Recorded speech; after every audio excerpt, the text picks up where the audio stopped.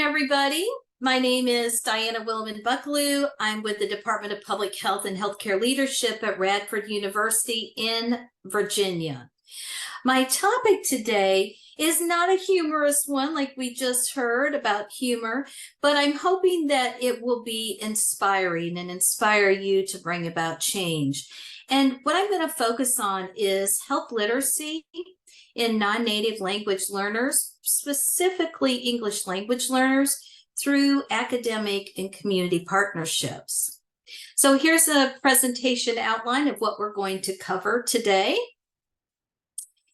And it's well documented in the literature, the relationship between health literacy and health outcomes. We know that higher health literacy leads to higher health outcomes and better, more positive outcomes. Where those individuals that have lower health literacy, we see that trend and link to also having more poorer health outcomes. Can you imagine if you moved to another country and you didn't know anybody, or you did not know the language? You did not know how the health system even worked. Just imagine the challenges that would present, the stress, the concern, maybe the fear. So when we have immigrants that come into our countries and they do not speak the language, it automatically puts up barriers and leads to some of those health inequities. Part of that being having lower health literacy simply because they do not know the language. And in some locations, depending where it's at, imagine being in a rural area, they may not have adequate interpreting services for those individuals. And of course, the US healthcare system is quite complex. I can't speak to other countries, but here in the US, it is quite complex. Insurance, getting insurance can all be overwhelming for some people. So you can imagine trying to navigate a new health system. Even me personally, when I moved to a different state, I had to figure out what to do and how to do things. And I was proficient and knew the language, and it was still challenging. So the other issue too that we can find as a need for immigrants is making sure that they do have access to those needed health services. So just by moving to a new country and not knowing the language already puts up a lot of obstacles for those individuals. So one way that we could help is by forming partnerships, because a community has organizations, they have people who can work with English language learners. However, they're also stressed for funds, for time, support sometimes. So that's where an academic partnership can help bring additional resources, services, knowledge, and expertise to help overcome some of the barriers and provide these interventions and programs that are needed for these individuals. And as you see here, I have just along the way, I've put some pictures in of some actual pictures of our learners that participate in our program at Radford University called Hands-on Healthcare, which I'll talk about a little bit later. So let's kind of get our heads wrapped around our topic for today. In the United States, the National Institutes of Health, which falls under the U.S. Department of Health and Human Services, has just recently revised the definitions of health literacy. And they actually broke it up into two parts. The first one being personal health literacy, which is the degree to which individuals have the ability to find, understand, and use information and services to inform health-related decisions and actions for themselves and others. They've also added another definition, which is organizational health literacy. And that's the degree to which the organizations equitably enable individuals to find, understand, and use information and services to inform health-related decisions and actions for themselves and others. So as you can see now, we have two different parts. There's the personal related to the person, but it also brings in that community aspect and how the community can help promote health literacy. Now, health literacy can be very complex, and it not only involves just a person themselves, but their families, communities, as well as the health systems. Health literacy programs are really geared towards disease prevention and health promotion. And by being able to offer more of these, we will help improve health literacy in our communities. So what are some other things that these new definitions account for? One, it looks at an individual's ability to use health information rather than understand it. Because we may understand it, but can we actually apply it? So these new definitions help to recognize that. As well as when we teach health literacy or programs to improve health literacy, we can't just talk about what it is and have them learn the words. We need to make sure that they can apply what they're learning about how to navigate the health system.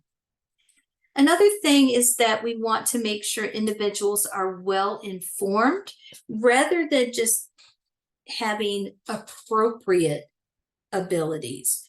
So well informed so that they can make the best decisions for themselves and their families. We want to bring in that public health perspective and also acknowledge that organizations within our community need to have a responsibility to address health literacy as well. It shouldn't just fall simply on the healthcare community to do that, like the medical community specifically.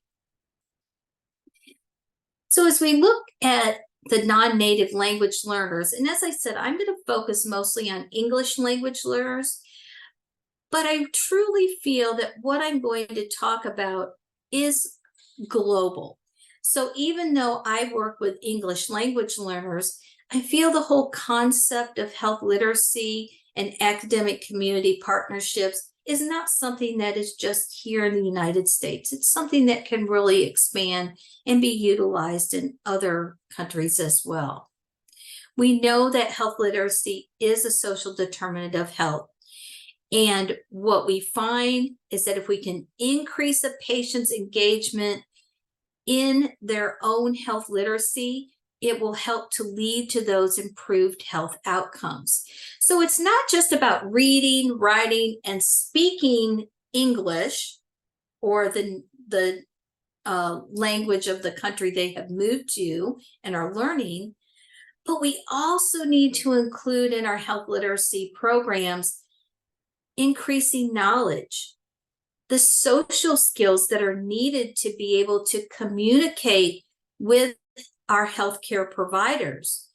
How can we best make those decisions when we're presented with options in regards to our healthcare? And also make sure we include that cultural awareness in that education. So there's a lot of things that we could do. It's not just about understanding. It's just not about reading and speaking anymore. We need to expand beyond those things. What we find in particularly in students, for example, in ESL, English as Second Language programs, that when they enter into those programs, they tend to have very low health literacy, in which that can have a very negative impact on their health. We also find that low health literacy leads to higher hospitalizations as well as longer hospitalizations. There's also a decrease in understanding and use of preventive services within that community, mainly because one, they may not be aware of the services, or two, they aren't sure how to ask for the help that they need. And what we find here in the United States, that low health literacy, there's a financial burden with it, costs the US anywhere from $106 to $236 billion annually. And like I said, I'm not sure what it is in other countries, but I'm sure there is also a financial burden for low health literacy in other countries as well. Now, with the limited language proficiency, what we find in these individuals is that they tend to have fewer primary care visits and lower utilization of preventive screenings, such as mammograms for women. If they are given a prescription, they may have it, they may understand they need to take 1 a day or 2 a day, but they may not have a full understanding of why they are taking that particular medication. We also find a lower satisfaction with the healthcare providers. So those that have limited language proficiency have reported lower satisfaction. And when we have our general programs and media campaigns that are geared to the general public, they are not geared to those individuals with limited language proficiency. They're really geared for the general public that in the United States speak English. And because of that, they may see, English language learners may see these commercials on TV or hear them on the radio, but they may not be getting the impact or the benefits of what that media and promotion is all about.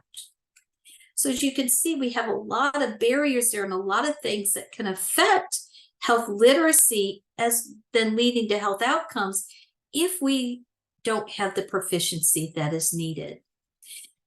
That's where I said we can join forces and form those academic and community partnerships. One of the things with doing this is that we can utilize the strength and both academic institutions and community organizations to help achieve local priority goals in regards to health. In the end, it would be a very high value to the community, and it also will increase the capacity to offer these community-based interventions, because now it's just not falling solely on maybe one organization or one healthcare system. Instead, you can join forces. The more people involved, the more buy-in you may get, the more you may be able then to adapt your messaging and those programs to increase health literacy to your specific target groups. Now, some of the benefits of academic and community partnerships, and these are just some things that I have pulled from the literature, by the way, is one, it gives you the opportunity to share knowledge that can lead to quality research. You can take that research then and put it into action. So if your research finds areas where there's a gap, where more services are needed, then you've got the partnerships within the communities to help make those things happen, bring about those programs and interventions that are needed. And as a result, we can start improving health equity in our communities. We can also use the knowledge we gain from that academic and community partnerships to help inform policy at the local level particularly, but also maybe at the state and national level, depending on what the program is and the research that's going on. And with any type of health literacy programs, we're always, it seems like there is a struggle for resources, and many organizations as well as medical systems have had to cut back sometimes. They have limited funds, and therefore they may have great ideas they want to fund, but there just isn't the people power to run them, or maybe even the funding. So there's a lot of benefits to forming these partnerships. And when you do form these partnerships, keep in mind that the members of this partnership that are with an academic institution may have differing views of a particular health issue. than a community organization, because we've got the academics that might be looking more at the published literature, the data, where you've got those in the community saying, I'm seeing and talking to these individuals every day. Maybe what's in the literature isn't matching what's going on in that particular community.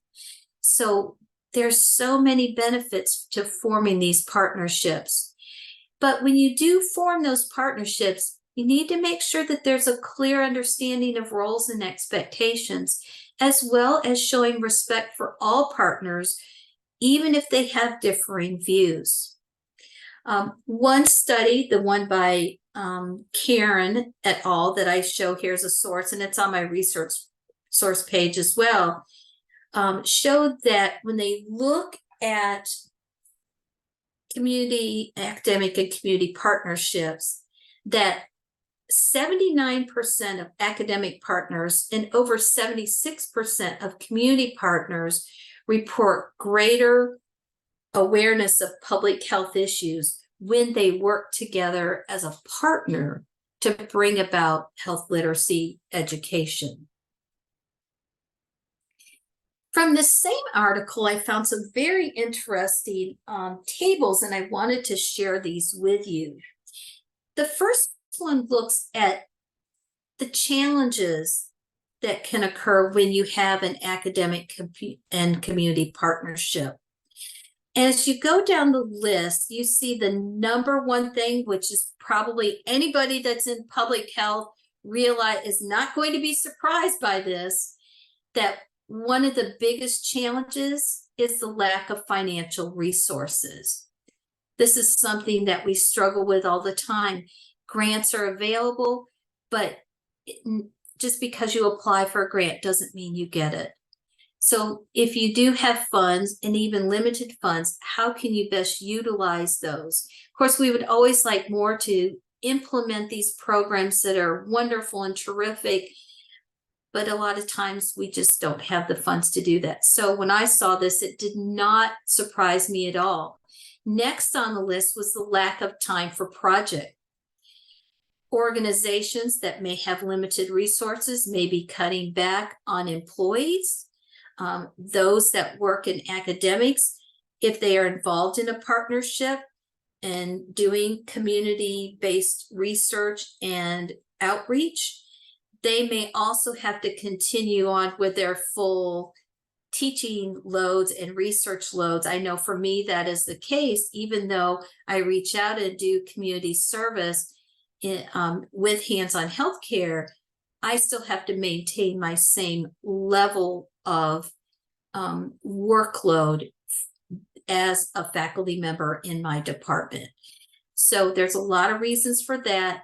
This one, the lack of building infrastructure, I thought was interesting. And I read the article. It didn't really give me a lot of information about why this is, but I would certainly, if we have a discussion at the end and there's questions, I would like to hear from all of you, maybe some thoughts and ideas about why we're seeing some of these challenges that have been presented here.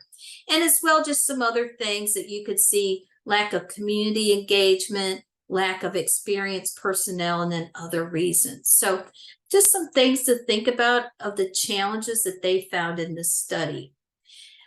They also found, though, when we look at the effectiveness of addressing public health issues, the majority, as you can see, felt that they were effective or somewhat effective in addressing those public health issues. I, of course, would have liked to have seen more in the very effective, but again, I would like to have more information as to and ideas about why would they be somewhat effective. So those are just some things to think about. But the good news is that we look here, we're looking at, 75, 80% of individuals feeling that they're somewhat to very effective in addressing those issues when they're working together in that partnership. So I have worked with hands-on healthcare, which I'll talk about in a minute, since 2015. And I've also been involved in community service since I was in high school. But I found that working with hands-on healthcare, that we've worked with 2 different partners on this, and we tried to establish a partnership outside of our local region as well. So I want to give you just some of my tips on establishing these academic community partnerships. And number 1 is that when you form this partnership, you have to make sure that both individuals from academia as well as from the community organization have an alignment of goals and reasons for wanting to form that partnership. Whatever it may be, we can't have somebody just coming in and saying, I want to do this, and the organization says, yeah, sure, we'll help you with it, but they don't have any stakes in it. They don't really have a reason to form it except for maybe wanting to help out. We want to make sure that there is a real alignment of goals, that the individuals that are in this partnership are there for a reason with a specific outcome in mind. The other thing is to have really open communication and have an idea about the roles and expectations for each person, each partnership, and each person that is on that team. There also has to be that commitment, because when you undertake a multi-year project or a project that has many pieces to it, you have to have the commitment there, because it takes time, it takes effort, and you need to make sure that everybody's heart is in it, because if they're excited and enthusiastic about it, that's going to get those in the community, as well as bringing in maybe other resources and partners and guest speakers also to come in and help you with delivering your content. And I think one of the key things is making sure that you have an effective team that works well together. And by doing that, you don't want to bring in a team that everybody on the team has the same strengths and you're missing these other areas. You want to have a well-balanced team where team members bring different strengths to the team, to the team that you're forming. There also needs to be a very open discussion about who's going to be doing what, how things are going to be done, and adhering to those timelines. We also, with my hands-on healthcare program, we also have regularly scheduled meetings, even in times when we may not have a module coming up or a program we're presenting for another 2 to 3 months. We still tend to meet on a monthly basis, just to touch base, just to make sure we're on track and there hasn't been any changes for our upcoming modules that we are going to be offering. So that gives us a little overview about health literacy as well as academic and community partnerships. And I do have to say, some of the literature calls it community academic partnerships. Others call it academic community partnerships. It was kind of a toss-up for me because I see it mentioned both ways in the literature. So I just chose one and went with it for this presentation. So what I'd like to do now is share with you some information about the Hands-on Healthcare Initiative. This is an academic community partnership that was established in 2015 by actually a teacher with an English as a Second Language program approaching members in my department about possibly partnering to help do some health literacy education or science education. Radford University is the main organization that heads us up. However, you may see in some of my pictures Jefferson College of Health Sciences. Back in 2019, we were a private college. Jefferson College was a private college that merged with Radford University, which is a state university. Two partners, we had the pre-COVID and the post-COVID. So we worked and have continued to work with 2 different ESL programs. Currently, we are working with Blue Ridge Literacy, which is located in Roanoke, Virginia, And prior to COVID, our partner was the Region 5 Adult Education Program. Now, we also have a partner with a regional health system, which is Carilion Clinic, and we have a member from Carilion Clinic actually on our hands-on healthcare team. We also bring in guest speakers for many of our different modules that we present. Now, to date, we've had well over 150 English language learners. I haven't done the data for the last couple ones that we did to get the exact number, but I know we are reaching up close to 200 with participants in this program. Currently, we are only working with advanced level learners that are in the ESL programs. We may look at it and incorporating some intermediate, but right now we feel like that's our best success. And we do limit the class size to 24 learners. We piloted this program both with our first partner and our second partner, and with just one module that we did, and I'll share some of that later on. And I'll talk a little bit about the pre and post-COVID organization and delivery of hands-on healthcare, as well as some of the different modules that we present. So our current modules, the first one is hands-on heart care, and I'm not going to really talk about that. I presented hands-on heart care at the last global webinar on public health, but we have 3 parts to this. It's a total of 7 hours on 3 different days.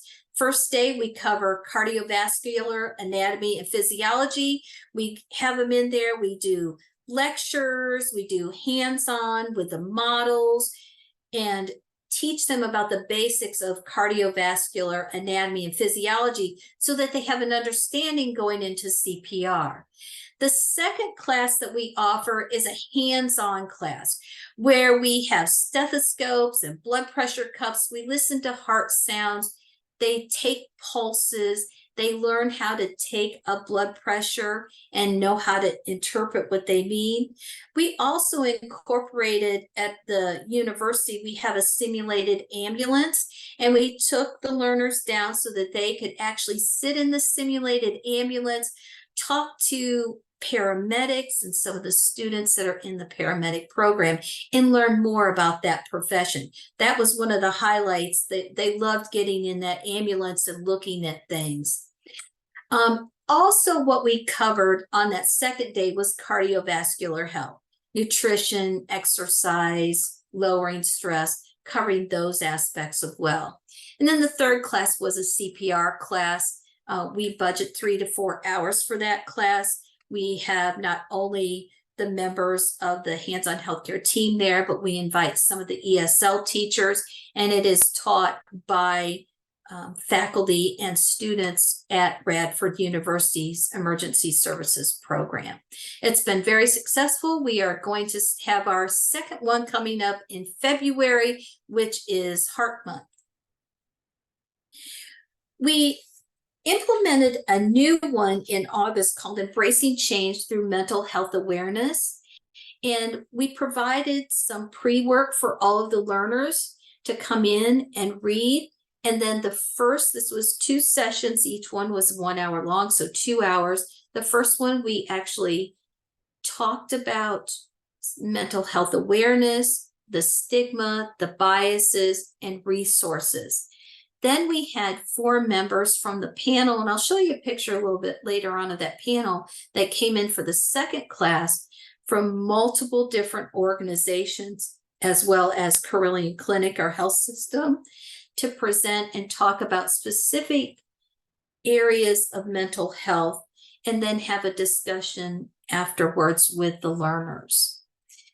The most recent one we did was diabetes awareness, where we had a diabetes health educator come in and spend 2 hours going through what is diabetes, how can you prevent diabetes, and wellness and surrounding diabetes. It was very interesting because we found out through that program that even if the learner didn't have diabetes, most of them had a family member or knew somebody with diabetes, and they felt that this information was very helpful. Coming up, We are going to do a health profession showcase. This is something we have done since the beginning of Hands-On Healthcare, and we have different rooms set up, and we rotate through the different professions where the learners would actually get to hear a little bit about the profession, as well as do some hands-on types of things or some activities that, for example, an occupational therapist might do with one of their patients. So I'm not going to go through all these, but you can see some of the professions we showcase. We're also hoping to work with the community college to bring some of those associate programs and certificate programs to our health profession showcase as well. We have a health fair planned for our learners coming up in May. We're going to have a focus on women's health. That's some of the feedback we've been getting through our programs, that the learners would like to have more information geared towards women's health. And then our last one is health communications, in which we really focus on how do we communicate when we go to the doctor? How do we communicate with our nurse? And we do a lot of role playing to help them feel more comfortable with those communications. So here's just some pictures. I love to share these pictures. In the top one, it shows where occupational therapy was showing, for example, they made them put gloves on their hands so they could only use one hand to do everything. The bottom picture you see here is where they were doing some activities with a physical therapy assistant.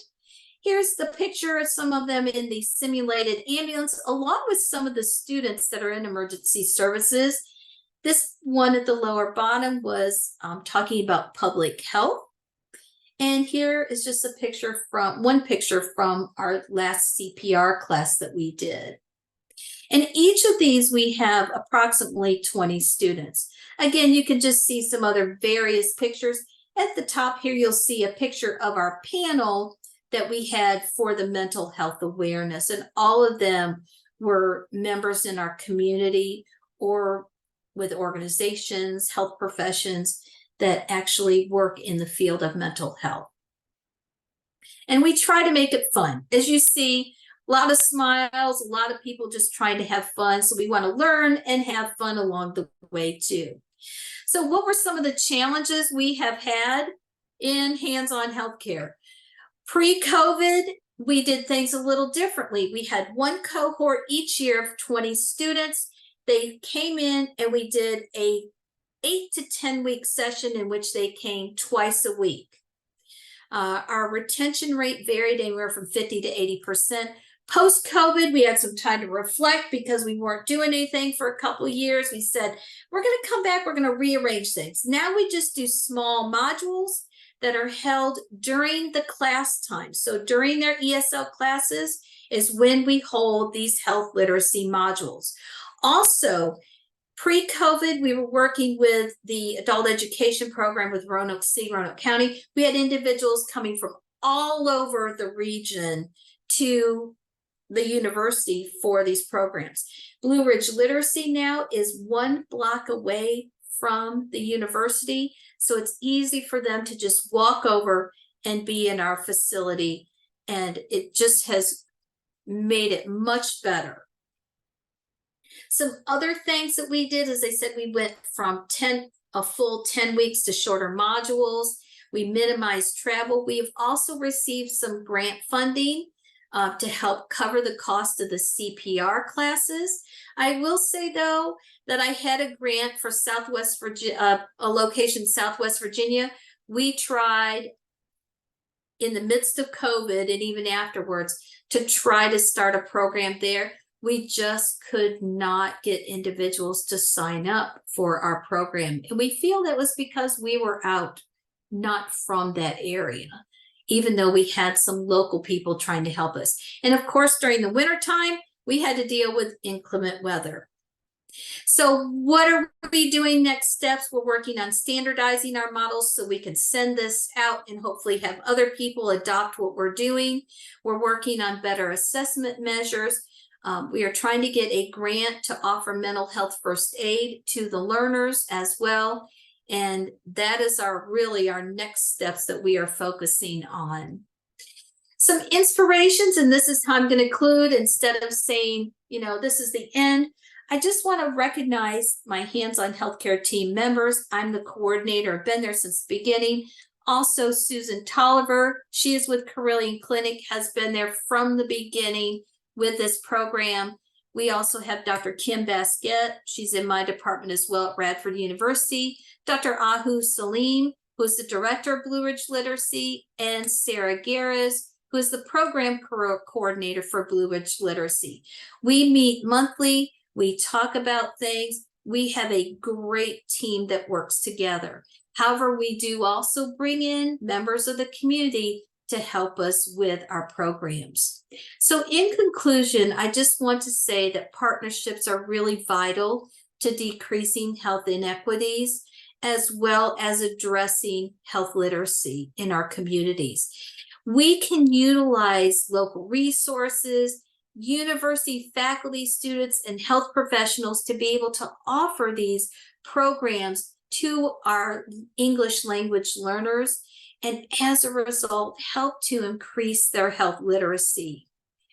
We have always had positive feedback from our learners, and I will just tell you that our learners just say they love our programs. They enjoy coming to university.